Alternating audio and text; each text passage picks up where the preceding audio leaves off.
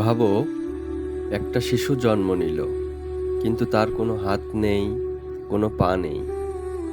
মা বাবা সন্তানের মুখ দেখার জন্য অপেক্ষা করছিলেন, কিন্তু যখন ডাক্তার শিশুটিকে দেখালেন, ঘরের পরিবেশ হঠাৎ নীরব হয়ে গেল। 1982 সালে অস্ট্রেলিয়ায় জন্ম নেয় সেই শিশুটি। তার নাম নিক বুজিসিক। তার শরীরে ছিল না দুই পা, ছিল না দুই হাত, শুধু একটি ছোট্ট পায়ের অংশ ছিল, যেটাকে নিক নিজে পরে মজা করে বলতেন চিকেন ড্রামস্টিক। তার বাবা মা ভেঙে পড়েছিলেন। তারা ভাবছিলেন, আমাদের ছেলের ভবিষ্যৎ কি হবে, কিভাবে সে এই অবস্থায় বেঁচে থেকে জীবনযাপন করবে। এই চিন্তায় তার বাবা মা সবসময় অস্থির থাকতেন। যেহেতু নিক ছোটবেলা থেকেই ছিলেন হাত পা বিহীন মানসিক প্রতিবন্ধী, তাই নিকের শৈশবটা ছিল অত্যন্ত কঠিন। তাকে নিয়ে সবাই হাসাহাসি করত, কেউ কেউ করুণার দৃষ্টিতে উপহাস করত, যা নিকের জীবন বেড়ে ওঠার জন্য ছিল অত্যন্ত যন্ত্রণাদায়ক। স্কুলে গেলে অন্য বাচ্চারা অবাক করা দৃষ্টি নিয়ে তাকিয়ে থাকত। কেউ কেউ বলতো, এটা কি ধরনের মানুষ। প্রতিদিন বাসায় ফিরে নিক কান্না করত। সে আয়নার সামনে দাঁড়িয়ে নিজের শরীরের দিকে তাকিয়ে খুব আক্ষেপ নিয়ে বেদনার সুরে ঈশ্বরকে বলতো, হে ঈশ্বর, আমাকে কেন এমন করে বানালে? কিন্তু আমরা তো জানি, আমাদের সৃষ্টিকর্তা কোনো কিছুই অপ্রয়োজনে সৃষ্টি করে না। মাত্র 10 বছর বয়সে নিক এতটাই হতাশ হয়ে পড়েছিলেন যে সে আত্মহত্যা করার কথা ভাবছিল। নিক ভাবত, আমি তো অন্যদের বোঝা, এভাবে আমার বেঁচে থাকার মানে কি? কিন্তু ঠিক সেই সময় তার মা তাকে একটি খবরের কাগজ দেখালেন, যেখানে এমন একজন মানুষের গল্প ছিল যার বড় ধরনের শারীরিক সমস্যা ছিল, তবু সে সফল।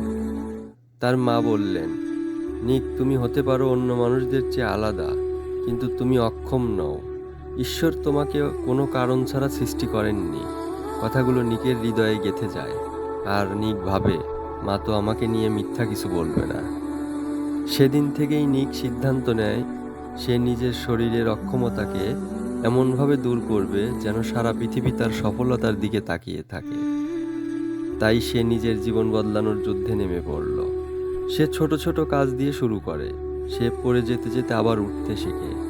অনেকবার পড়ে গিয়েছে, অনেকবার ব্যর্থ হয়েছে, কিন্তু সে থামেনি। আসলে জীবনে ব্যর্থতার গল্প না থাকলে সফলতার গল্প তৈরি করা যায় না। আসলে সফলতার প্রথম ধাপ হলো ব্যর্থ হওয়া। নিক সাঁতার শিখেছে, কম্পিউটার শিখেছে, এমনকি সে স্কেটবোর্ড চালাতেও শিখে গেছে। ধীরে ধীরে তার আত্মবিশ্বাস বাড়তে থাকে। 17 বছর বয়সে তাকে একটি ছোট্ট অনুষ্ঠানে কথা বলার সুযোগ করে দেওয়া হয়।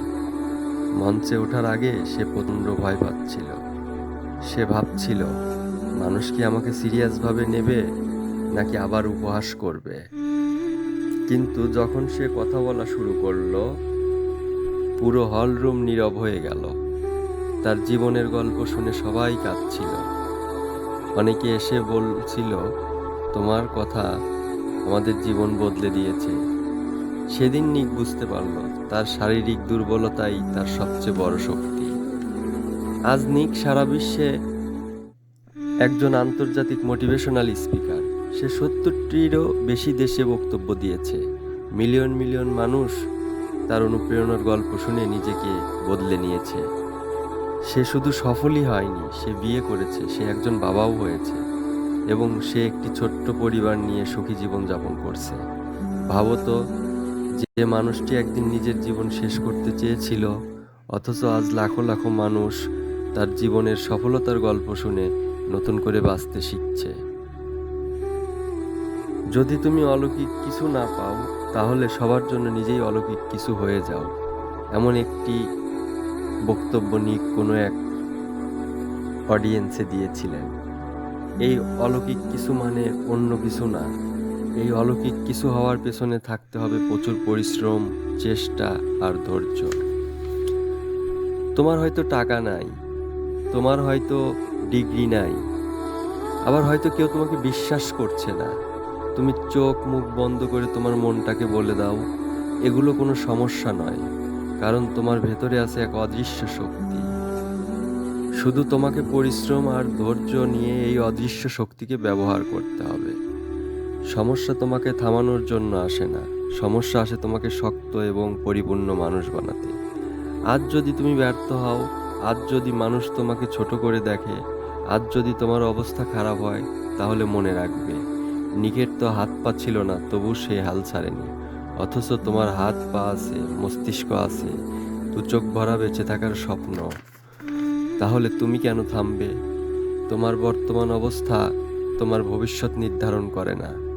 তোমার পরিশ্রম, চেষ্টা আর ধৈর্যই তোমার ভবিষ্যৎ গড়ে দেবে। তাই আজই তুমি সিদ্ধান্ত নাও, তুমি কি নিকের মতো তোমার জীবন সফলতার আলোয় ভরিয়ে তুলবে,